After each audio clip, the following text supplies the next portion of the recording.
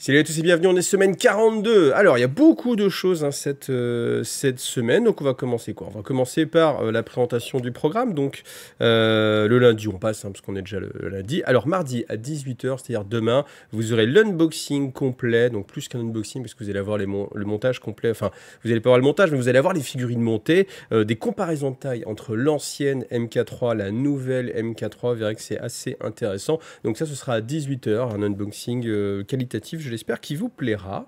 Ensuite, à 21 h, donc mardi soir, sur Twitch, on aura un autre unboxing. Ça va être la semaine unboxing, donc avec du Marvel, du Song of Ice and Fire, du X-Wing, du Arkham War, du Dystopia Noir, sans doute un bouquin, et puis on verra si on a déjà le temps de faire tout ça, ce sera super. Donc je serai avec des amis, comme ça permettra de regarder ça, de discuter. Donc si vous avez envie d'un unboxing un peu plus light, mais un petit peu plus à la cool, vous pouvez poser des questions, regarder, bah voilà, on aura cette émission-là. Alors, ensuite, rediffusion, toujours, vous savez que si vous êtes sur Tipeee, vous souhaitez sur Tipeee, vous avez droit à des rediffusions ad vitam aeternam quasiment, donc tant qu'elles sont disponibles en tout cas sur YouTube, parce que Twitch les vire au bout de quelques jours, et puis je vous les remets exclusivement pour les gens sur Tipeee. Comme ça vous permet de ne rien rater. Jeudi 19 à 18 h, tous les jeudis à 18 h, c'est du lore.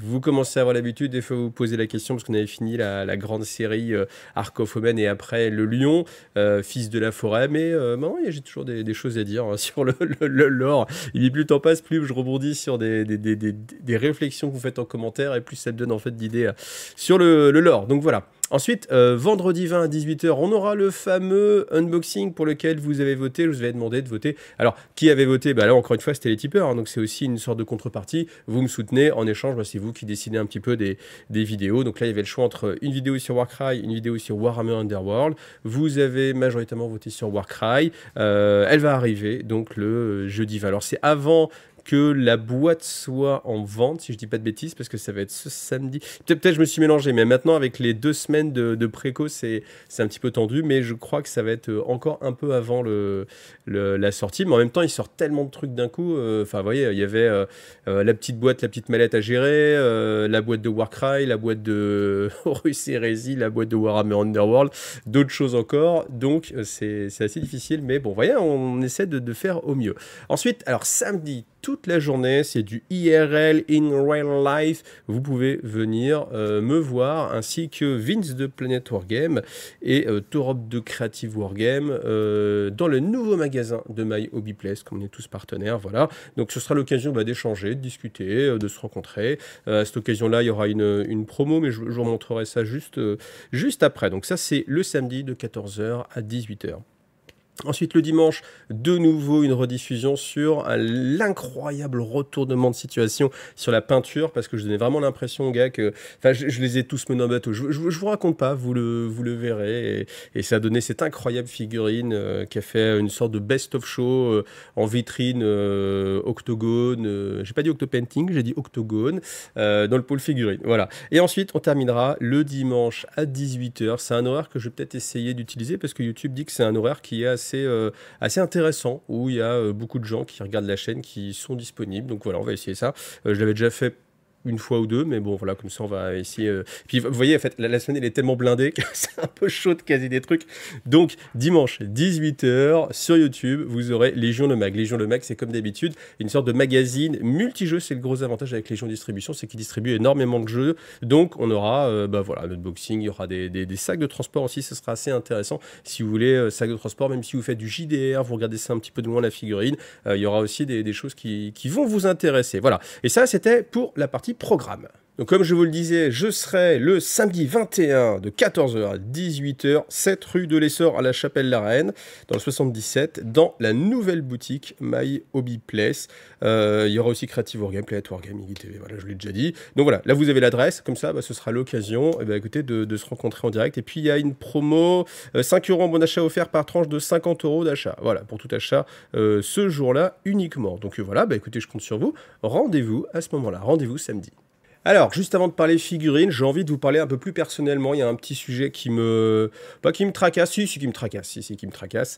Je ne peux pas dire le contraire. Et donc, du coup, j'ai envie de vous en parler. Donc, si vous n'aimez pas le côté un peu personnel que je peux avoir de temps en temps avec l'échange que je peux avoir avec vous, eh bien, vous zappez comme d'habitude. Vous avez la timeline, vous savez, vous avez le sommaire, vous allez directement regarder les previews, les news. Et puis, il y a quand même beaucoup de figurines à faire. Mais bon, ça, c'est quelque chose qui me tient à cœur. Donc, je vais vous en parler. Donc, le fait est que c'était une semaine assez chargée la semaine dernière. Je pense que vous avez vu, mais il y avait beaucoup de travail.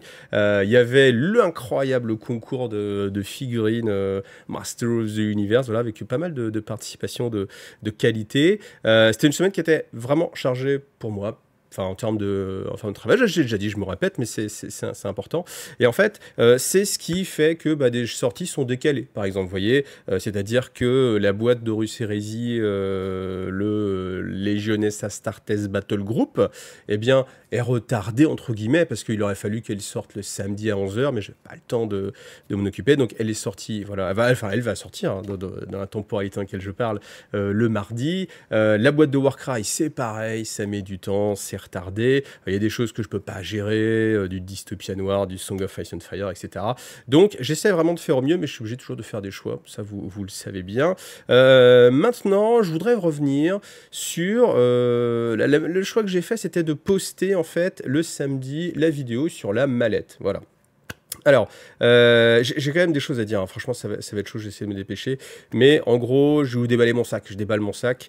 Je vous ai fait une vidéo sur Descent, incroyable Descent, je trouve que c'est vraiment un jeu extraordinaire, et je vous invite vraiment à pas passer à côté de Descent, allez regarder si vous ne l'avez pas vu, parce que c'est vraiment un excellent jeu. Après j'ai eu beaucoup de commentaires, alors ce qui est bien, et ça faut vraiment le noter les gars, et les filles, pardon, c'est que tous les gens qui ont joué, la plupart, il y en a un seul qui a dit peut-être pas chaud pour l'extension, mais tous les gens qui ont joué ont dit ça vaut largement le coup. Même si c'est un budget, on est tous d'accord là-dessus, c'est un budget, mais ce budget, il faut le rentabiliser aux égards du temps que vous allez passer dessus. Et comme disait, je crois que c'était Snoof qui disait ça, il disait on a plein de jeux qu'on a acheté 40 balles, on a joué une fois, ok, une fois, 1 heure, 40 minutes, 2 heures à tout péter pour 40 balles, ok, et plus de 80 heures de jeu pour 160 € de descente. Donc quand on met ça dans la balance, faut voir ça. Faut voir le temps qu'on y passe aussi. Il n'y a pas, entre guillemets, que le matériel, même si le matériel, je trouve très qualitatif, même si c'est vrai que les tuiles,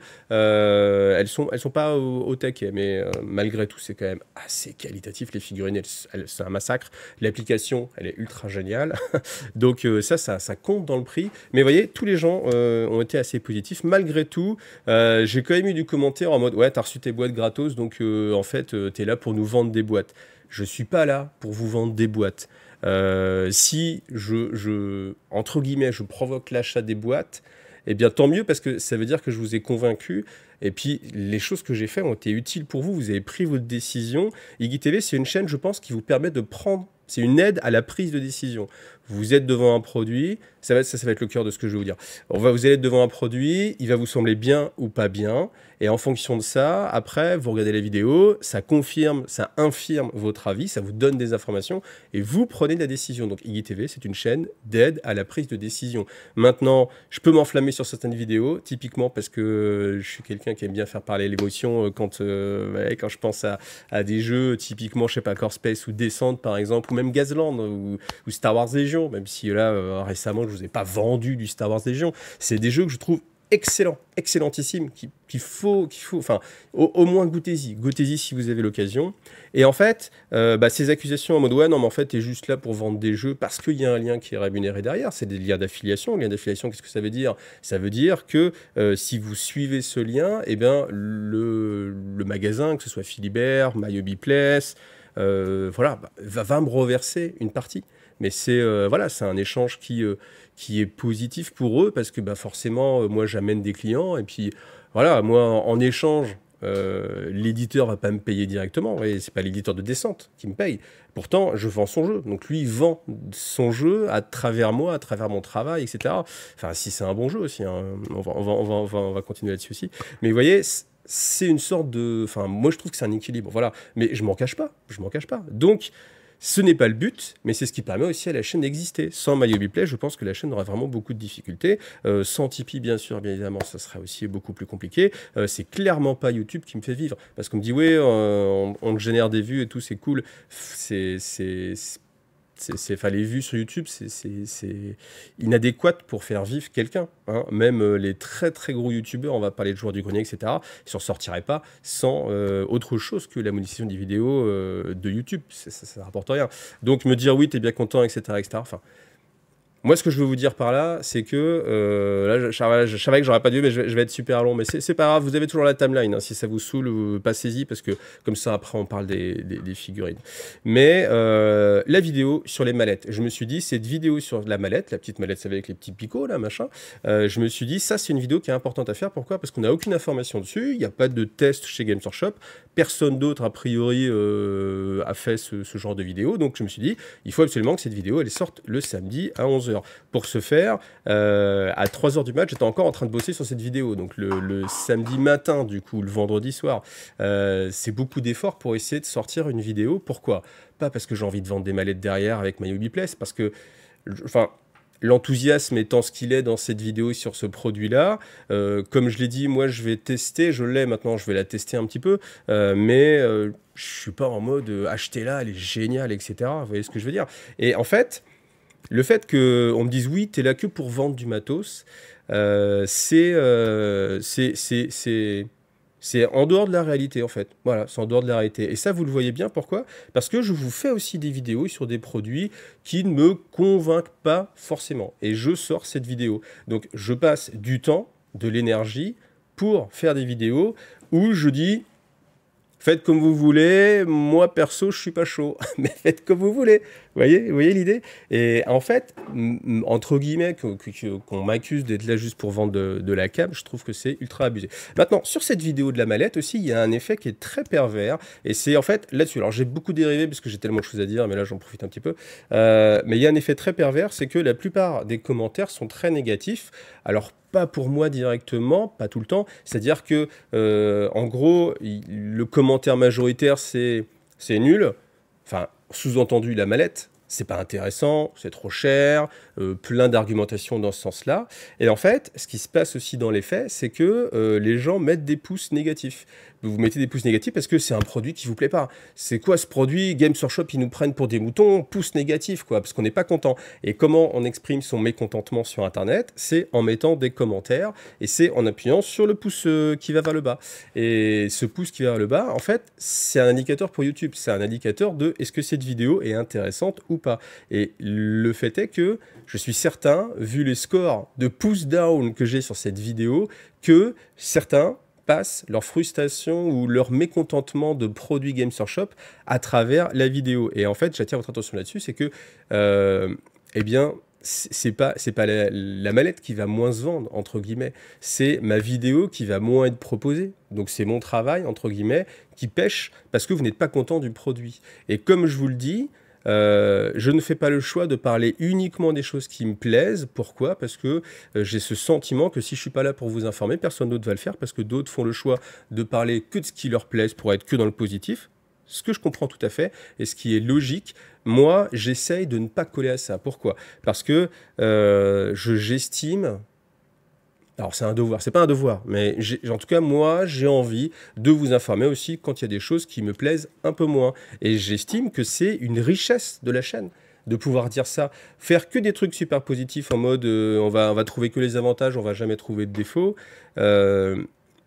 Alors, je suis pas non plus dans la chaîne bashing, parce qu'il y a des chaînes qui sont en mode bashing, en mode c'est pourri, c'est nul, voilà, Jean-Pierre Coff, ou qui est plus récent, un mec plus jeune, un mec plus jeune.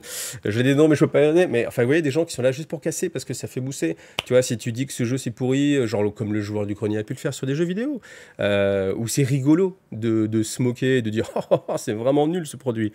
Moi, j'essaie de vous donner une vision assez neutre parfois, parce que je pense que tout produit a son existence.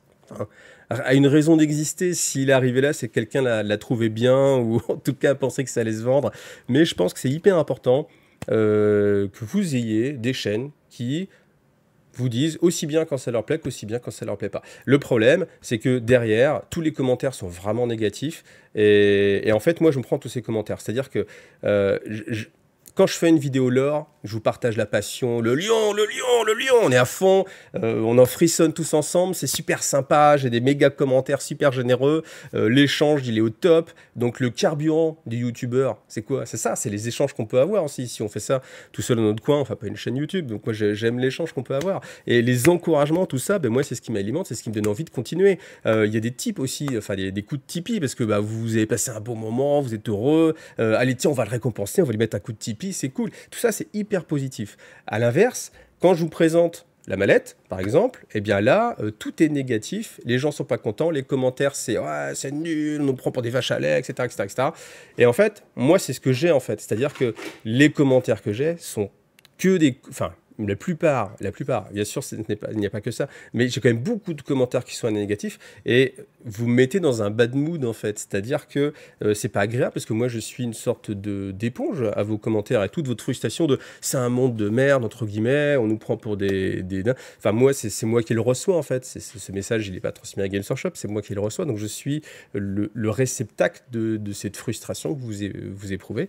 Quand vous mettez un pouce down en mode c'est un produit pourri, et bien en fait qu'est-ce qui pêche? C'est moi qui me dis ah les gens ont vraiment pas aimé la vidéo, etc. Et là où j'estime que c'est un travail qui est utile et où je me suis vraiment, j'ai pris sur moi pour vraiment vous sortir cette vidéo le plus vite possible pour que ce soit au moment de la précommande. J'ai pas le droit de vous la poster avant samedi 11h. Je voulais poster samedi 11h pour que vous puissiez regarder cette vidéo. Je vous avais averti avant, c'est pour ça qu'il y a le programme, je vous ai averti en disant voyez, elle va sortir comme ça, vous aurez le temps de vous faire un avis. Non, parce que je pense pas que c'était le produit, si tu cliques pas dans les 10 minutes, il n'y en a plus. Vous aurez le temps de vous faire un avis avec des informations, parce que je pense que IGTV, c'est une chaîne qui vous aide à la prise de décision. J'insiste, mais je pense que c'est vraiment important. Et, ben, quand je reçois beaucoup de pouces négatifs, beaucoup plus que la norme, hein, sur un ratio vraiment plus grand, beaucoup de commentaires un petit peu rageux, et ben en fait, c'est au final... Enfin, vous voyez ce que je veux dire, voilà, j'essaie de vous l'exprimer le plus possible. Enfin, et bien sûr, c'est sûrement pas ce genre de vidéo qui va donner des coups de Tipeee et qui va me soutenir dans mon travail, en fait, tout simplement. Et en fait, voilà, ça aussi, c'est quelque chose, je me dis, c'est sûr que quand je vous fais vibrer, qu'on est dans l'ultra positive attitude de parler du lore, qui est quelque chose de positif, où on est tous contents en partage et qu'il y a des gens qui donnent un petit pourboire, je comprends. Mais pensez aussi que tous ceux à qui j'ai fait économiser 45 € parce qu'ils allaient prendre la mallette, au final, ils ont vu la vidéo, ils ont fait « Ah non, en fait, non. Ah non, pas top. » Eh ben, voilà, ça aussi, je pense que ça mérite un petit pourboire, vous voyez. Et c'est aussi, encore une fois, moi, une façon de m'encourager. Et dans ce sens-là, je trouve que c'est quelque chose que je vois très rarement. Vous voyez, quelqu'un qui me dirait bah, « je te soutiens parce que tu m'as économisé 45 boules » ou alors « parce que tu as fait une vidéo sur un produit qui est tout pourri », je le vois jamais. Je vois souvent des types où, quand les commentaires, c'est « j'adore le fluff, j'adore le lore », etc. Et je trouve aussi que... Mais c'est pour ça que j'en parle. Vous voyez, comme c'est quelque chose que j'ai en moi, je me dis bah, je le partage. Et je préfère vous le partager plutôt que d'arriver à un moment donné où je pète un câble, tout simplement, et je fais « allez, j'arrête la chaîne. Bon, non, j'arrête pas. Ah si, j'arrête la chaîne. » Et puis... Parce que, en fait, j'ai pas réussi à me libérer en fait de ça avant. Voilà. Et là, cette partie-là, alors je sais que c'est très long et que certains n'apprécient pas ce genre de contenu, mais ceux qui l'ont écouté jusqu'ici, bah écoutez, en tout cas, merci beaucoup à vous et j'espère que, eh bien, ça va vous ouvrir aussi un petit peu les yeux sur ce que c'est aussi le métier. On ne reçoit pas juste des boîtes gratuitement, comme certains me disent, parce que ce que je ne paye pas en sous, je le paye en temps de travail. Je pense pas que en termes de temps de travail, je vole qui que ce soit sur... Enfin, voilà, je travaille bien plus qu'avant, bien plus que quand j'étais en magasin et que je recevais aussi des boîtes, voilà, sans avoir à faire du travail derrière. Enfin, si, les vendre, bien sûr, mais là, voilà. Donc voilà, j'espère que vous avez bien compris tout ça. Donc, on synthétise. Quand je fais des vidéos sur des produits qui ne sont pas forcément des produits qui vous plaisent, si vous avez trouvé que la vidéo était intéressante, mettez un pouce up. Parce que pourquoi? Pour que d'autres gens voient cette vidéo et que l'idée se propage et que les gens soient informés. Voilà, c'est ça le but. Donc voilà, si vous avez envie de dire merci aussi pour ce contenu. En fait, c'est con, mais je reste humain. Et en fait, la motivation, c'est aussi de recevoir des petits commentaires en disant merci pour le travail, c'est gentil, j'aime bien ce genre de vidéo parce qu'elle est utile, et etc., etc. Et c'est tout bête, mais c'est certes, il y a les sous qu'on peut envoyer sur Tipeee, mais il y a aussi les petits commentaires positifs. Et voilà, et quand il y a un commentaire que haineux en mode on nous prend pour des vaches à lait, etc., et que je suis le seul réceptacle de ça, étant donné que voilà, bon, je trouve ça, je trouve que c'est dur en fait. Et comme là, on est sur une période où vous voyez cette semaine là qui vient, elle est quand même super chargée. Il y a énormément de choses à faire. Celle d'après, ça va être pareil, et celle qui vient de passer, c'est pareil. Donc c'est des semaines qui sont assez difficiles, où forcément moralement, moi, c'est plus difficile. Donc c'est un moment où je vais réclamer de l'affection. Voilà, tout simplement. Bon allez, on passe ce news. Et tout ça, qui a été, voilà, c'est les sondages de la semaine. Est-ce que vous avez écouté jusqu'ici la vidéo ou pas? Comme d'habitude, vous répondez dans la description. Allez, merci. Alors les précos de la semaine, attention, ce sont toujours des précos sur 2 semaines. Tant qu'ils n'ont pas réparé leurs soucis d'entrepôt, etc. Il va falloir attendre. Mais du coup, ça nous prolonge pas mal hein, les choses parce que déjà, on a toute la période pendant 1 semaine, ils vous disent attention, il y aura bientôt une précommande. Après, vous avez une précommande de 2 semaines et du coup, après 3 semaines après que le produit soit présenté, on a le produit. Je pense que c'est des délais qui sont assez longs. C'est quand même mieux quand c'est que sur 1 semaine de présentation, 1 semaine de préco, et puis après on peut y aller. Alors, on a un livre Necromunda qui sera bien sûr pas en français, qui s'appelle Ruins of Jarlands, et qui sera à 40 €, dans lequel on aura plein de petites règles en plus, des scénarios, un petit peu de lore, voilà. Ensuite, on a ça, c'est des sorties qui sont assez mignonnes. Je dois dire que je pense qu'elles vont dépasser le cadre simplement de Necromunda, et certains vont les prendre pour se faire plaisir, parce que parce que j'allais dire on, mais après je me dis non, c'est moi. Moi, j'aime ce côté un petit peu méca. C'est vrai que les Vansar, ils ont vraiment ce côté méca qui change un petit peu du méca gothique de ce qu'on peut avoir. On a un méca un peu SF, alors qu'il se rapproche très loin d'Infinity, mais quelque chose d'un petit peu plus SF qui est assez plaisant, qui change en fait, parce que quand on est bercé dans 40 ans de gothique 40K, ça fait plaisir. Et donc ça, les Arachnirig seront aussi à 40 €. Donc c'est 20 € la bestiole, voilà, c'est plutôt sympathique. Ensuite, on a des cartes, donc les cartes seront à 15 €, voilà. Ça, j'ai pas le prix, mais c'est une planche de décalco. Je trouve qu'elle est pas mal parce qu'en fait, il y a tous ces petits éléments en bas qui peuvent être utiles pour mettre dans tous vos décors. Déjà, ça fait des tags, évidemment, dans tous vos décors, même si c'est pas pour jouer à Necromunda. Je pense que ça va vraiment habiller en fait vos terrains, et je pense que c'est vraiment une bonne idée. Donc ça, j'aime beaucoup. Ensuite, Mind-Locked Weird Cephalopod Spector. C'est très sympa, j'ai pas le prix, c'est chez Forge World que ça va sortir, mais moi j'aime beaucoup hein, tous les petits alors les petits familiers qui sont pas forcément des familiers bestioles, mais qui peuvent être des trucs mécaniques, ça on va le voir en plus sur d'autres sorties. Les Vansar Hashwas Upgrades, voilà, toujours pareil chez Forge World, je pense que ce sera toujours le même prix que ce à quoi on a l'habitude. Alors après, ils ressortent quelques figurines, si vous les achetez, c'est maintenant ou jamais, elles seront peut-être plus disponibles après. Alors il y a le beau Artemis, hein, je crois que c'est comme ça qu'il s'appelle, ça c'est une figurine que j'aime beaucoup, je trouvais qu'il avait beaucoup de charisme, et comme c'est à cause de lui que Enid a été possédé Ivren, etc. En termes de lore, il a un impact énorme sur tout le lore des Eldari. Donc voilà, en fait, il a empêché Eldrad Uncran à un moment donné de réveiller Enid. Du coup, l'esprit d'Enid a demi-réveillé, a pris possession d'Ivren, et elle est devenue l'émissaire d'Enid, et ainsi de suite. Donc c'est Artemis, c'est lui. Alors que ses patrons de la Deathwatch disaient non, ne t'en fais pas. Puis lui, il a écouté que lui. Et je me rappelle, c'est un passage du lore qui est vraiment sympa. D'ailleurs, je me demande si j'en ferai peut-être pas une petite vidéo rapide à l'occasion. Ensuite, Stern, ça c'est un personnage vraiment classe, hein, parfait pour faire un grand maître, voilà. Ensuite, bon, on a ces serviteurs d'armes lourdes, hein, toujours pratiques en termes de jeu. Après, en termes de figurines, on est sur des figurines qui ont vraiment vécu. Là, on a Lucas, le trompeur, si je dis pas de bêtises, il est assez sympa comme personnage. Un porte-bannière, et puis prêtre rune armure Terminator, voilà, à l'ancienne. Donc, comme d'habitude, dépêchez-vous. Ensuite, voilà, quand on voit ce genre de figurine, on dit ah oui, ça a quand même évolué. Hein. Donc là, on a le champion consul, traiteur champion consul. Voilà, je trouve que la figurine est très réussie. On reconnaît quand même une sorte de. En fait, c'est un mix hein, sur les armures, hein, parce que vous voyez ces encoches comme ça, vous le verrez d'autant plus. Maintenant, je suis devenu spécialiste. Hein. Il y a un petit morceau morceau MK3, il y a du côté MK4, enfin plein de superpositions de choses. Donc bah, voilà, vous en verrez plus dans la vidéo mardi. Voilà, enfin pas sur lui, mais sur d'autres choses. Donc ensuite, The End of the Death, volume 2.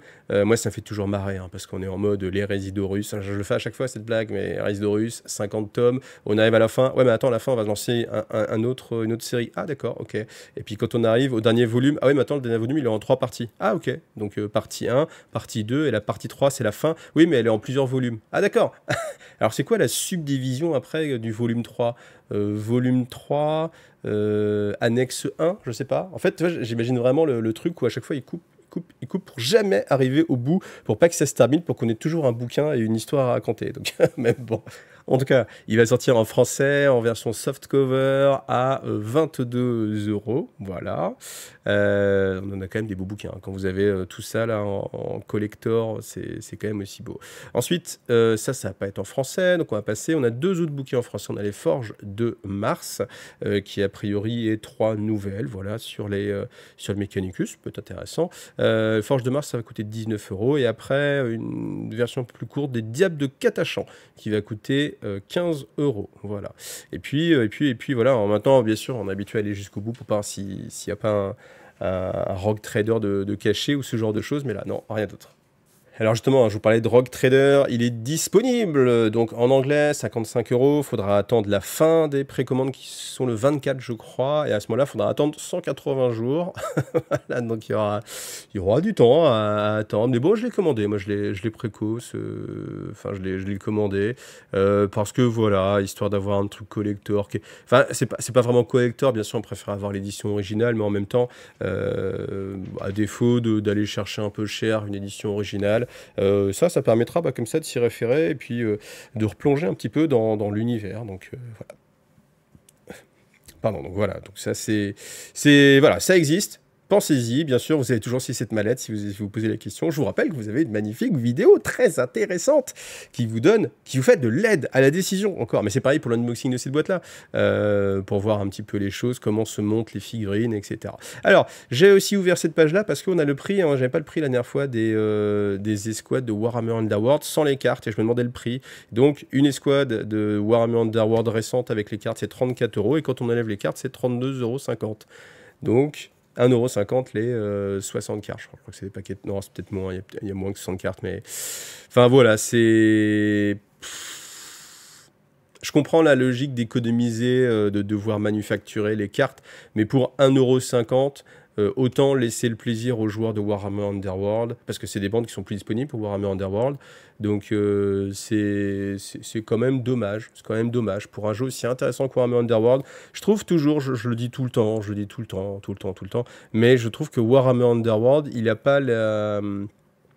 On n'en prend pas soin comme il devrait, parce que c'est vraiment une petite pépite, ce jeu, et je trouve que, vous voyez, typiquement, le fait que ces bandes, elles sont plus disponibles avec les cartes, donc ça veut dire que quelqu'un qui serait tenté, par exemple, de jouer ces bandes-là, après, il faudrait que je vérifie, peut-être, parce que cette bande-là, elle me paraît quand même assez récente, mais peut-être que juste le temps passe, peut-être qu'elle ne doit plus être disponible, mais c'est quand même dommage. Enfin, vous voyez, les figurines existent quand même, il y a juste à imprimer les cartes. Alors évidemment, les cartes, ça coûte cher, etc.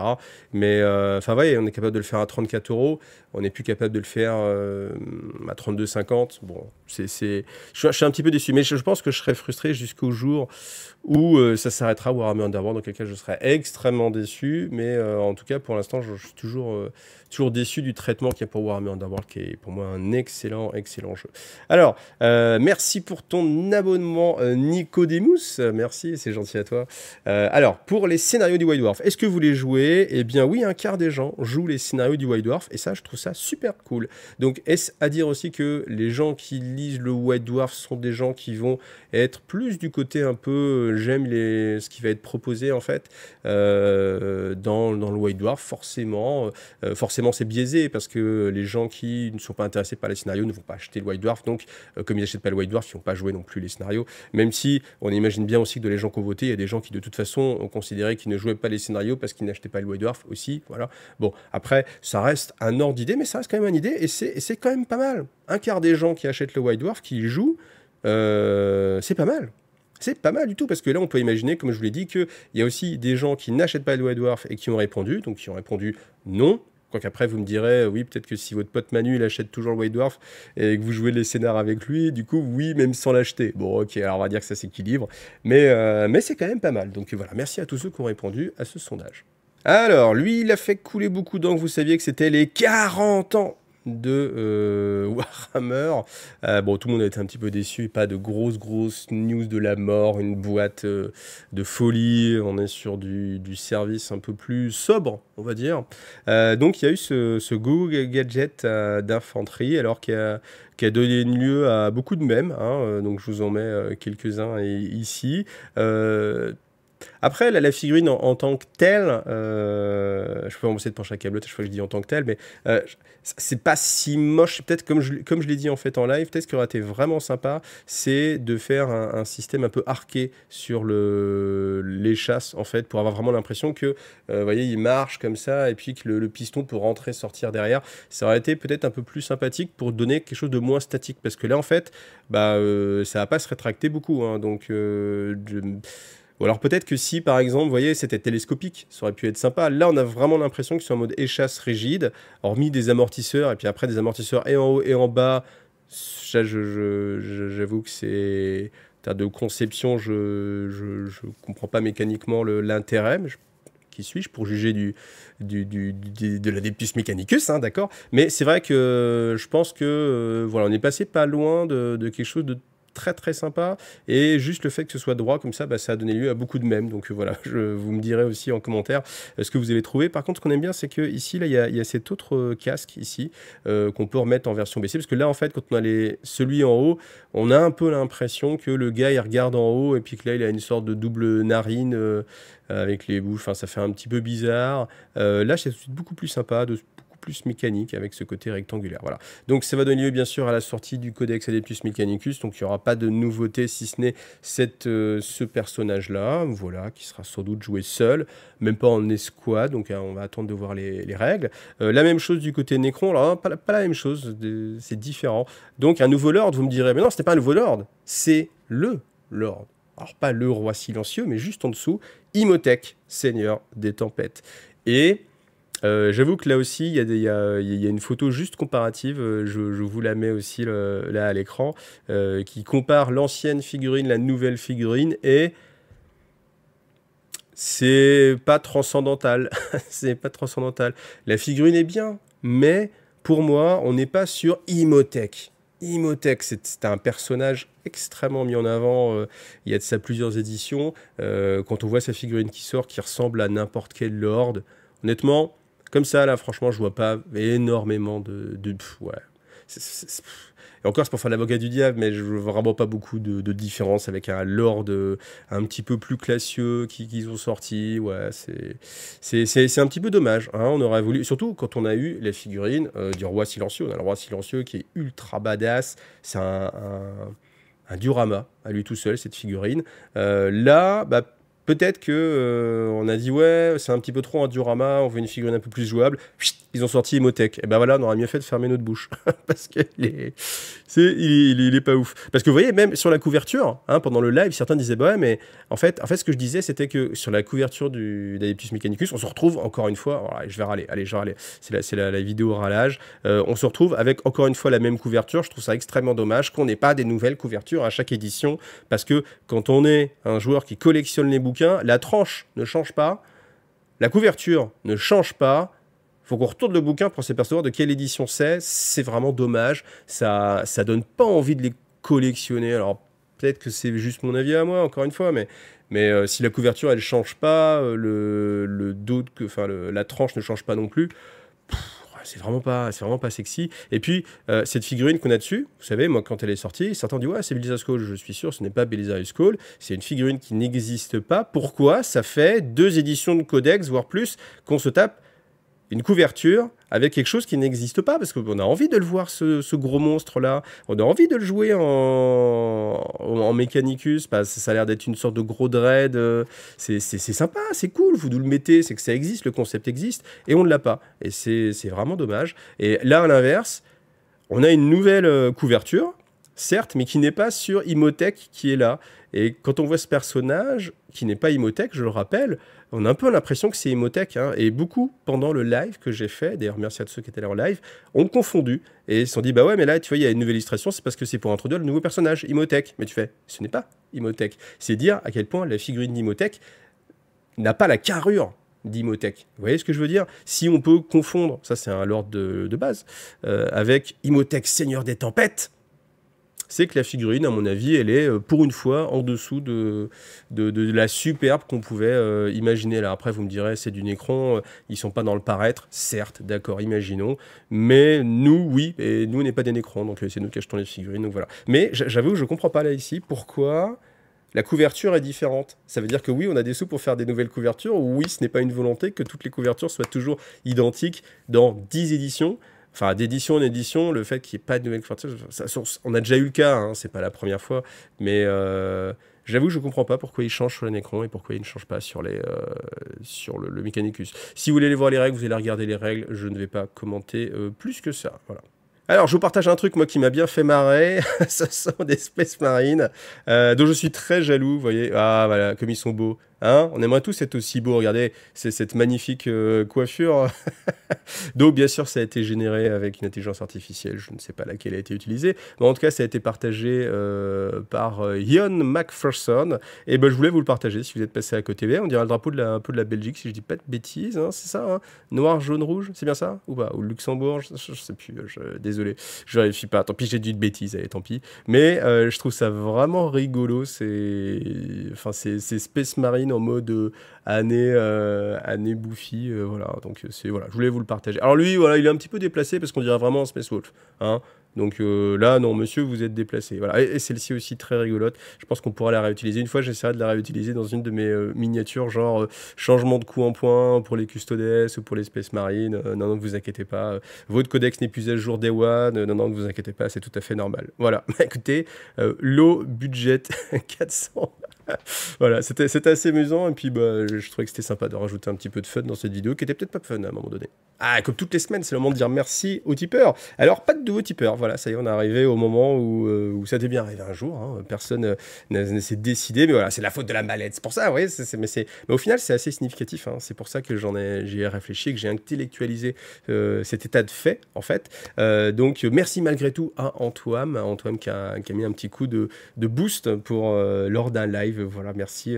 C'était pour le live des concours de peinture pour remercier pour avoir organisé ça. Et bien, écoute, je suis content. Merci. Merci beaucoup à toi. Donc, merci beaucoup, Antoine. Et puis, si vous aussi, vous avez envie d'aider des petits gars qui font des unboxings sur des mallettes et pas que du lore. Après, bien sûr, il y aura toujours le lore et tout. Mais c'est vrai que j'aime bien essayer de faire ces deux choses-là. J'ai pas envie de faire que du lore et que de vous faire vibrer. Je sais que je vous fais frissonner, que vous adorez ça, mais j'ai pas envie de faire que ça. J'ai aussi envie de vous informer de l'autre côté et de vous faire frissonner dans le sens contraire. Ouh là là, j'ai cette mallette, c'est pas pour moi. Mais regardez, hein, faites-vous votre propre idée. L'idée, elle est là. C'est que je pense que cette mallette, elle peut avoir peut-être son intérêt que pour de l'escarmouche, des tout petits trucs, etc. Mais ne jetez pas le bébé avec l'eau du bain. Ouais, c'est ça. Voilà. Allez, on revient avec une petite, non, une grosse figurine de dragon. Donc ça passera très bien si vous avez envie d'avoir un chaplain à moto beaucoup plus badass. Ah, je suis médisant. Mais c'est vrai que lui, il a vraiment une armure que je trouve très proche du chaplain. Puis forcément, le crâne sur la tête, les grosses épaulettes. C'est difficile de voir autre chose qu'un Primaris. Mais ce n'est pas un Primaris. C'est bien sûr un Stormcast. Et donc, on a, comment il s'appelle? Il a un petit nom. Il s'appelle Ion quelque chose. Ionus Cryptborn. Voilà, le fils prodige de Sigmar. Donc, ce qui est assez intéressant, c'est une figurine qui existait déjà, hein, qui était sortie dans cette boîte-là. Je me rappelle plus son nom, donc je vais pas dire de bêtises. Et puis là, voilà, maintenant, il a gagné le droit de chevaucher son dragon. Après, la figurine, elle est vraiment très belle, vraiment très majestueuse. Je trouve qu'en plus, en termes de... Bah, depuis que j'ai vu le dragon de descente, en fait, je me dis c'est quand même important. Ils ont essayé de faire quelque chose de charismatique, mais qui prend pas une place démentielle quand on le transporte dans sa mallette ou quand on le met dans sa vitrine. Parce que là, les ailes, vous voyez, même si elles sont un peu déployées, elles sont vers le bas. Donc, ça fait une sorte de colonne sur la figurine qui va pas trop dépasser du socle. Et mine de rien, la jouabilité, c'est hyper important. Ce n'est pas les joueurs de Toxicrine D'ailleurs, il n'y a plus de joueurs de Toxic Ring, mais en tout cas, c'est pas ceux qui ont un Toxic Ring dans leur vitrine qui me contrediront. Alors, ceux qui ne savent pas pourquoi je dis ça, c'est parce que, étant donné que physiquement, la figurine avec ses tentacules prend beaucoup plus de place que son socle, eh bien, on ne peut pas la faire bouger dès qu'il y a un petit peu de décor. Et c'est quand même ballot de ne pas jouer une figurine parce qu'on a fait des tentacules qui dépassaient. Et donc, là, sous-entendu, si le dragon il avait des ailes comme ça, eh ben, il pourrait peut-être pas passer et ce sera un petit peu compliqué. Voilà. Après, vous me direz, le dragon il vole. Certes, mais en tout cas, je trouve ça bien qu'il y ait cette préoccupation, au-delà du côté artiste, d'avoir le côté aussi jouabilité. Vous voyez, même la queue qui est repliée, ça recentre en fait la figurine dans la colonne de son socle, qui est sa zone d'occupation. C'est ça, en fait, l'intérêt d'un socle, c'est de représenter la zone d'occupation. C'est pas uniquement que la figurine ne tombe pas de la table ou tienne sur ses pattes. Et voilà, donc je trouve que là, il y a une bonne recherche. En plus, ça reprend un petit peu, je crois que c'était l'Oculus, je sais plus quoi, un décor qui était sorti sur Edge of Sigmar. C'est pas exactement ça, mais je pense que c'est dans la même veine, la sorte de sphère comme ça, qui était assez sympathique. Voilà. Et puis, voilà, donc ça, c'est pour Edge of Sigmar. Donc si vous avez envie toujours d'une armée de dragons ou de gars qui chevauchent des dragons, bah, je crois que là, vous avez... ils ont réussi, hein, ils ont fait l'armée de chevaucheurs de dragons. Ensuite, si vous aimez chevaucher plutôt des libellules ou des gros insectes, eh bien, vous avez chez les Idonettes, donc vous avez Beltanos, voilà, Beltanos, qui chevauche cette bébête. Je la trouve assez réussie, hein, cette figurine, la bébête est pas mal, la peinture est sympathique, on est dans des couleurs assez automne, tout ça, ça marche bien, les lames toujours un peu bleutées comme ça, c'est assez réussi. Je trouve que le schéma de couleur rend bien honneur à la figurine. Après, la question que je me pose, c'est est-ce qu'il y aura possibilité, cette figurine, de détacher totalement toutes les parties pour pouvoir se retrouver avec que cette bébête et pas le gars dessus, si on aime les créatures.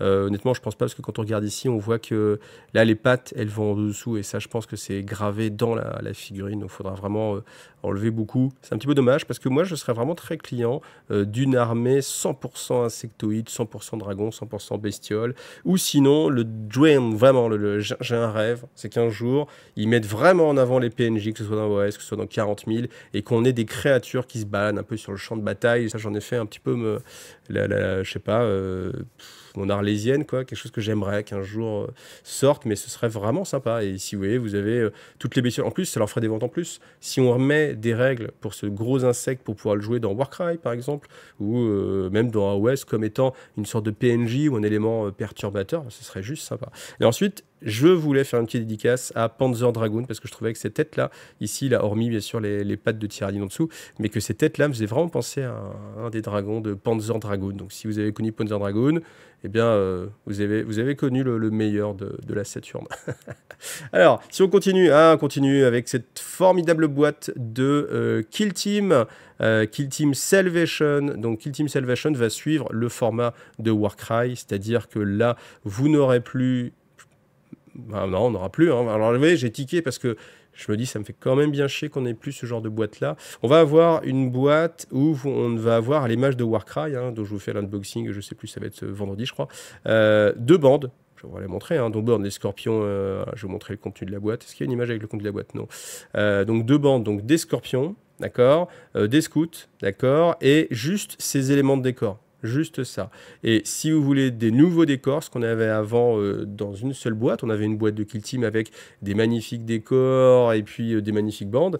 Là, vous avez les décors à part, avec un tout petit peu d'éléments neufs, mais c'est peut-être aussi les plus intéressants, hein, ceux qui meublent un petit peu à côté, dans la boîte de Kill Team avec les figurines. Ce qui fait que quand vous achetez les figurines, vous vous retrouvez avec des éléments décors, vous n'avez peut-être pas envie d'avoir les éléments décors. Honnêtement, les séparer, je dis pourquoi pas, mais mettez tous les décors dans la même boîte. Que si par exemple on a envie d'acheter 2 fois ces décors parce qu'on les kiffe, eh bien on ait aussi 2 fois ces petits éléments de décor qui habillent et ce qui donne de la vie à votre table. Franchement, votre table là ici, quand on regarde ça, pour moi, ça fait penser à une sorte de terrain de paintball. Je l'ai déjà dit, mais c'est pas fou, quoi. Ça fait pas rêver. Ça manque un petit peu de vie. On peut se demander pourquoi il y a des piliers qui soutiennent juste une plateforme. Alors, ce qu'il faut imaginer, c'est qu'en dessous, c'est de l'eau. Hein.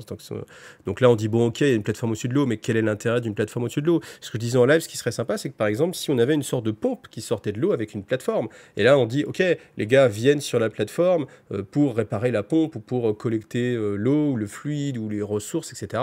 Mais juste une plateforme au milieu de l'eau, bon, elle n'a pas l'air détruite. Non, ils ont dit, tiens, on va mettre une plateforme au-dessus de l'autre. Enfin, il y a un côté Mario Bros, quoi, ça marche dans Mario Bros, mais dans la réalité, j'avais vu ce genre de choses. Par contre, ce qu'il y a noté, par contre, c'est pour je sais plus comment il s'appelle, il a un nom Fornicus, machin truc. J'ai pas dit Fornicus, hein, je dis Fournicus, attention à mon accent. Eh bien, on a une nouvelle plateforme, et ça, par contre, c'est pas mal. Une plateforme ronde, parce qu'avant, on avait une plateforme octogonale qui venait se mettre sur le dessus, qui consommait aussi beaucoup de kits, donc qui n'était pas ultra top. Là, on a une plateforme ronde qui est plus en adéquation. On a des nouvelles rambardes qui sont aussi incurvées pour suivre, mais malgré tout, on a la compatibilité parce que, vous voyez, vous avez d'un côté... Alors, on a une semi-compatibilité parce que on ne peut faire arriver que 2 plateformes, une d'un côté, une de l'autre, et pas 4 comme on pouvait avant. Ça, par contre, c'est un petit peu dommage.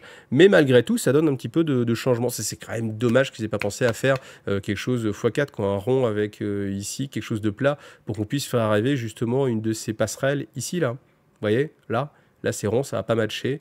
À moins que quelque part, caché dans le kit, il y ait l'option de mettre ces plateformes dessus. C'est dommage. En fait, vous voyez, je reste sur ma faim sur ces décors parce que je trouve qu'on est passé quand même à à côté de quelque chose qui pourrait être sympa. Ouais, enfin, c'est quand même pas délirant en termes de conception de penser que peut-être ce serait pas mal qu'il y ait 4 connexions. Hein. Vous voyez, la chimie du carbone, elle est basée sur 4 connexions. Donc, c'est le sens de la vie. Donc là, ils sont passés à côté du sens de la vie, tout simplement. Et oui, j'ai fait de la chimie orga. Donc voilà. Bon. Après, non, je suis passé complètement à côté des scorpions. C'est pas pour rien d'ailleurs, parce que c'est vrai que ces figurines, je les trouve bien, mais j'ai l'impression qu'elles sont sorties il y a 20 ans, ou 15 ans, ou 12 ans, allez, 10 ans ces figurines. Elles ont 10 ans ces figurines en fait, non? Et en fait, il y a vraiment très très peu de prise de risque sur les Eldar en général, et c'est la faction où, bah, si vous l'avez pas aimé il y a 10 ans, il y a... Voilà. Je suis médisant parce que quand même il y a les chevaliers, le chevalier fantôme, c'est quand même quelque chose qui peut faire aimer la faction. Mais ouais, sur les guerriers Esper, on ne révolutionne rien. Alors, est-ce que ça plaît et on est content parce que du coup, ça va être compatible avec tout le reste de notre armée? Voilà, je ne sais pas trop quoi en penser. Après, comme c'est un kit aussi qui est basé sur 5 postures, vous avez 5 postures avec des variantes de position d'armes, donc on n'est pas sur les kits où on a vraiment 10 figurines assez différentes. Bon, après, c'est mieux que de les avoir en métal ou en fine cast, on est bien d'accord. Ensuite, les scouts, très réussis, les scouts. Ils ont vraiment un air très élancé. À tel point que sur certains, ça fait même un petit peu étrange parce qu'ils sont là d'avoir des guibolles immenses. Donc, mais vous avez des scouts primarisés. Alors ça se voit vraiment sur lui ou sur lui là. Lui dans cette posture, on a vraiment l'impression que c'est le mec, c'est monsieur je sais plus quoi dans les monsieur madame où le gars il est sur 2 échasses. Ah bah peut-être que c'est le fils spirituel de notre figurine Mechanicus. En tout cas, il est vraiment très très très élancé. Et celui-ci aussi là, on le voit, le porteur missile. Je suis curieux quand on verra lui comparé à l'ancien scout lance-missile. Je pense qu'il doit lui arriver là, et en termes de trapitude, ça va vraiment être différent. Mais en tout cas, ça, c'est une bonne sortie. On a des nouveaux scouts qui sont quand même assez jolis. Après, la question qu'on se pose forcément en voyant celui-ci, c'est qu'on a quand même un sniper parmi eux. Est-ce à dire qu'il y a d'autres grappes de sniper à l'intérieur? Je ne sais pas, parce que là on nous dit armé avec différentes trucs. On ne sait pas combien on va pouvoir en faire. Alors peut-être qu'on peut en monter 5 avec sniper, faire une escouade de sniper, ou peut-être qu'il n'y en a qu'un seul. Et auquel cas, c'est un petit peu bizarre en fait. Ça veut dire que du coup, on perd notre unité de sniper, ou voilà, tout simplement, peut-être on perd l'unité de sniper. Ces décors-là, ils sont très sympas, donc je suis assez content. C'est dommage qu'on va pas pouvoir les avoir facilement, si ce n'est en achetant les boîtes de Kill Team. Et puis après, pour Kill Team même, je trouve qu'il y a un sacrifice qui a été fait sur les joueurs de Kill Team, parce que très clairement, quand on a eu la boîte de Kill Team, je sais plus comment elle s'appelait, mais celle avec les orques contre les gardes de... Ah, j'ai oublié. Ceux qui ont les masques à gaz. Ah, j'ai oublié. Je me sens tellement mauvais d'oublier ça. Mais en tout cas, chaque membre de la Kill Team, orc ou... Alors, j'ai cru que ça m'avait... Mais non, non plus. Tant pis. Eh bien... C'était expandable. Chacun avait son histoire, chacun avait un équipement différent. C'est fait pour les joueurs de Kill Team, c'est fait pour que on peigne avec amour chaque figurine, qu'on se projette en disant ah lui il va défoncer les portes avec son méga percuteur, lui c'est le sniper, lui c'est le médic qui va les soigner, etc. Et ça crée une histoire. Et quand on se retrouve avec une bande de 10 scorpions, avec juste un exarque, en termes de Kill Team, c'est amusement zéro. Alors ils ont dit attention, ils ont dit on pourrait le mixer avec des Banshee, donc c'est-à-dire que vous aurez des unités mixtes, donc on peut imaginer qu'on va aller jusqu'à 4 figurines différentes, à savoir les 2 Exarques et un Scorpion ou une Banshee, enfin des Banshee classiques. Mais là, clairement, pour moi, c'est le sacrifice des joueurs de Kill Team, parce que ce qui fait plaisir aux joueurs de Kill Team, je pense, vous détromperez peut-être, mais c'est d'avoir des figurines assez différentes pour se représenter une Kill Team, chacun expandable, tous un personnage, tous des héros. Là, c'est juste une boîte qui est faite pour que les joueurs de 40 000 qui sont en manque de scorpions en plastique ou de scouts plastique, ils achètent cette boîte-là, sous couvert de tu peux les jouer à Kill Team. Mais on n'est pas dans on soutient Kill Team tel que ça peut être le cas par exemple pour Warcry avec des bandes qui sont faites exclusivement, enfin on peut les jouer à côté mais elles sont principalement destinées à Kill Team. Là c'est clairement pas principalement destiné à Kill Team, donc je suis désolé pour les joueurs de Kill Team. Voilà. Bon, on continue avec une magnifique figurine. Ce Tarif News sera un des plus longs de l'année. Quoi que ça dépend. Si vous avez zappé directement, vous ne savez pas pourquoi. Donc, le Lord Pegasus. Ah oui, mais pourquoi? Pour quel jeu? Pour Warhammer The Old World? Alors, ce qui me fait marrer, c'est que même le logo, il a pas l'air... Enfin, pourquoi je dis même... Mais le logo, là, je sais pas, il est moins incrusté que les autres. Ce fond, il me fait un peu vite fait par rapport à d'autres jeux. Bon, voilà, je suis vraiment me disant. Par contre, ce Pégase, il tabasse. Ce Lord on Pegasus, il est magnifique. Il y a d'autres photos ici. Quand on le voit vraiment de pleine face, l'envergure ici, les épaules, je sais pas si c'est pas les épaules, mais les ailes, etc. Ça, c'est le baron. Le baron, je trouve vraiment très sympathique. Le fait de le faire le Pégase un peu foncé, comme ça, vous voyez cette image-là, cette impression de puissance qu'il y a sur le Pégase. Je trouve que c'est extrêmement réussi. Je trouve que la figurine, elle est magnifique. Donc, magnifique sortie pour The Old World, ce Pégase. Alors, ceux qui attendaient la date de sortie, bon, on nous a simplement dit que The Old World, ce serait pour 2024. Hein, donc, bon, voilà, il faut un petit peu mettre à culpa, genre en mode, ah, on s'est peut-être un petit peu avancé sur la date de sortie, finalement, ça va peut-être être 2024. Quand je posais la question sur le chat, on me disait que c'était 2019, l'annonce de The Old World. Donc, ça veut dire que 2019, 2020, 2021, 2022, 2023, ça sort en 2024. Ok, il y a eu le Covid, allez, imaginons. Mais vous imaginez depuis combien de temps ils nous teasent The Old World? C'est fou. Knight of the Realm of Foot. Alors c'est ça, c'est les Bretoniens classiques. Alors comme le disait l'ami Kiliox, il disait, alors moi ça m'a pas choqué tout de suite, mais c'est vrai que il dit ils sont tellement chargés en détails qu'ils se demandent, les chevaliers de la quête ou ceux du Graal, où est-ce qu'on va mettre des décors en plus et des choses en plus? C'est vrai que je me pose aussi la question. Après, moi, je les trouve très réussis et je trouve qu'ils sont très sympas. On a ce côté un peu personnalisé, ils sont tous des chevaliers, leur propre héraldique, même si on a abandonné le côté harlequin, c'est-à-dire chaque chevalier avec sa propre héraldique. Donc, du coup, il y en a un qui est rouge, l'autre qui est bleu, l'autre qui est vert, l'autre qui est vert pomme, l'autre qui est jaune, l'autre qui est prune, l'autre qui est noir. Et du coup, c'est un petit peu différent. Là, on a quelque chose d'un petit peu plus moderne dans la représentation d'une armée, quelque chose de moins éclectique en termes de couleurs. Ça me choque pas, moi ça me choque pas. Je pense que je préfère d'ailleurs que ce soit un peu plus harmonieux plutôt que chaque gamme un petit peu différente. Mais après, ça n'empêche pas aussi que chacun peut se faire plaisir et vous allez pouvoir mettre des héraldiques personnelles aussi pour avoir ce côté un peu plus héroïque. Les figurines, je trouve assez réussies. Hein. Moi, je trouve pas mal. Donc, le double kit, voilà, avec épée bouclier ou alors avec hache à deux mains. Voilà. Ce reliquaire aussi, je trouve vraiment réussi, c'est vraiment pas mal. Ça pourra passer aussi pour des sorts de bataille si vous voulez récupérer des bits, ça sera pas mal. Alors, dans l'armée des Bretoniens, vous aurez les anciens Pégases. Hein, là, on voit que la sculpture est datée, mais après, c'est pas si moche. Hein, on est sur des figurines qui sont pas on n'est pas sur des choses qui sont inimaginables d'être jouées, je pense. Après, c'est la tolérance de chacun. Là, vous retrouvez les anciens chevaliers, voilà. Alors évidemment, tout le monde se pose la question, combien ça va être vendu? Est-ce que ça va être une boîte dans laquelle on va avoir tout ça et qu'on ne pourra pas forcément acheter des kits séparément? Parce que la question, c'est s'ils nous ressortent en fait ces chevaliers, là je crois qu'il y a 6 chevaliers, quel va être le prix de ces 6 chevaliers dans notre époque moderne, alors qu'ils sont sortis à l'époque pour un prix que je n'ai aucune idée, mais si vous vous en rappelez. Bien sûr, il y aura les anciens hommes d'armes, donc forcément avec une sculpture et un style à l'ancienne. À voir si ça va être vraiment très choquant quand on va mettre les chevaliers juste à côté à pied. Je pense que vraiment dans le dynamisme de la figurine, forcément, ça va être un petit peu différent. Mais bon, en même temps, tous les amoureux du vieux monde, vous aimez ces figurines-là, hein, ce côté un petit peu oldies. Non, je dis pas ça pour me moquer, hein, mais j'imagine en tout cas que... Enfin, étant donné que moi, j'ai un petit peu cette fibre, alors que je suis pas un joueur de battle, hein, j'ai cette fibre, il y a un petit côté sympathique un peu sur ce côté oldies. Ça rappelle un peu le bon vieux temps, donc le fait de les retrouver, mine de rien, voilà, c'est pas déconnant. Alors, Handmaiden, très très très belle figurine. Avec des très belles fleurs, voilà. La peinture n'est pas en reste, hein. Je pense que ça, c'est des teintes assez sympas. Le côté marbré un petit peu là sur la hampe, c'est très sympathique. Là, des figurines qu'on avait déjà vues, voilà, la Dame du Lac, là, elle est aussi très très belle avec cette licorne.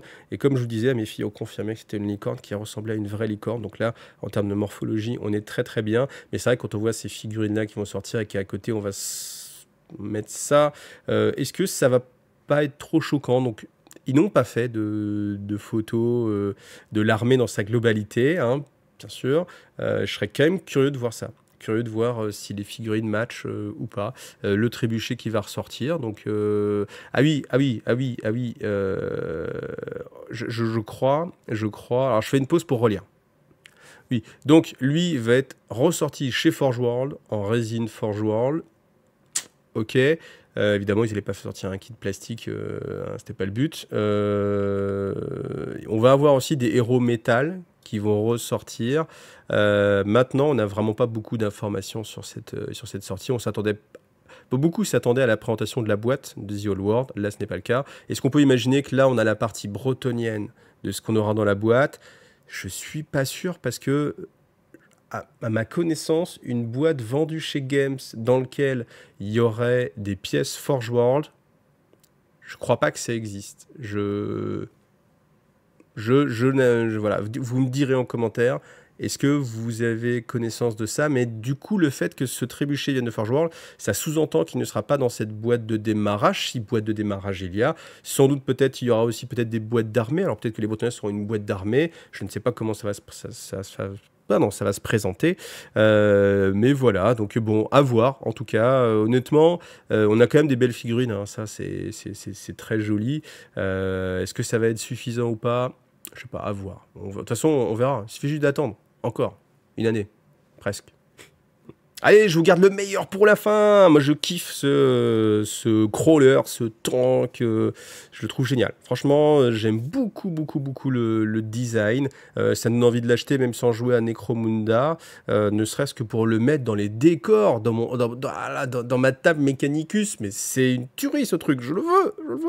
Je veux des variantes avec des bras qui transportent des containers. Enfin, il est tellement classe. Alors, voilà, ça, c'est super. Ce kit-là...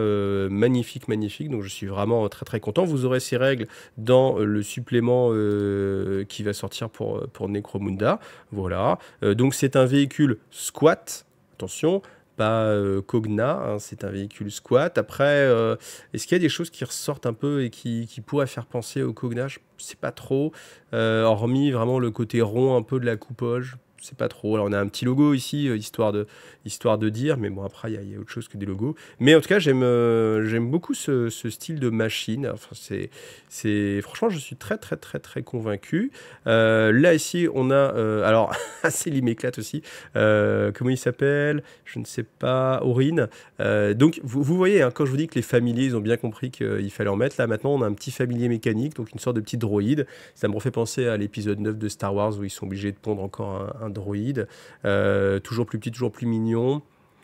Et là, c'est le même cas, hein, ouais, vous avez son petit familier. Alors, moi, j'aime bien, je suis client, je suis mouton. Et ce qui m'éclate aussi, c'est ce côté, j'ai ma pipe, voilà, et j'ai mon tournevis, attendez, ça va, et j'ai mon méga gun du futur, de quand le futur c'était il y a 30 ans et que les gars, ou 40 ans même, imaginaient, quand Adrian Smith imaginait le futur avec les armes du futur. On a ce truc super gadgeto powerful de la mort avec 50 accessoires, et je trouve que c'est rigolo. Je trouve que c'est rigolo et j'accroche bien. C'est marrant. C'est marrant. Voilà, j'aime bien. Et... Vous voyez, on n'est pas dans un délire Caradron Overlord. Oui, je parle bien de la version Age of Sigmar où où les différents types de métal, même dans la peinture, en fait, se superposent et on a un petit mal à comprendre. Là, on est dans quelque chose de plus heavy metal, si vous vous rappelez de ce film animé. Voilà. Ensuite, quand je vous dis qu'il faut un petit familier partout, maintenant on a ce petit familier. Alors, moi, quand j'ai vu cette figurine, je sais pas pourquoi, mais je me suis transporté dans le monde de Star Wars Légion et j'ai pensé à notre ami, alors comment ça s'appelle, j'oublie son nom, mais allez, on y va. Bah, ça va être un petit jeu en commentaire. Devinez à qui j'ai pensé, et non, je ne parle pas de Dark Maul avec ses petits droïdes, mais quelqu'un d'autre qui avait un petit droïde et un fusil un petit peu comme ça. En tout cas, ce personnage-là, vraiment sympathique, les petits droïdes là, comme ça, c'est, ouais, il y en a un autre dans le dos, c'est plutôt une bonne idée. Là aussi, la pipe, pourquoi pas, ça passe bien. Alors après tout allait bien, j'en terminais sur une bonne petite note positive, et après j'ai lu juste cette phrase-là: All three of his resin kits, free, will be available in Forge World. Et je me suis dit, ah ok, donc ça, c'est chez Forge World. Et là en fait, je me suis dit, bon, on va aller enregistrer la vidéo. Mais j'ai été déçu. Voilà. Parce que ça veut dire cher, ça veut dire compliqué à monter.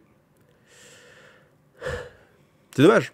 C'est dommage, parce qu'on est quand même passé à côté de quelque chose qui ressemble quand même à... En moi, ça fait penser aussi à un Hawk de Cosmos 1999, avec ses pattes sur les côtés et tout, mais avec des chenilles. Je trouve vraiment ce kit formidable, mais chez Forge World, c'était la déception. Et c'est un peu la vidéo de la déception. Hein. C'est un petit peu ça.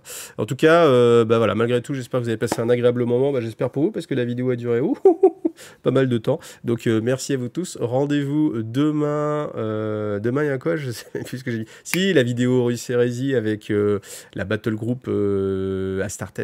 Et puis, le soir, méga unboxing. On parlera en live, comme ça, on pourra reparler de tout ça. Merci à vous tous en tout cas d'avoir vu cette vidéo jusqu'ici. Vous êtes des warriors, les gars, ça c'est clair. Et puis à bientôt. Allez, salut à tous. Bye.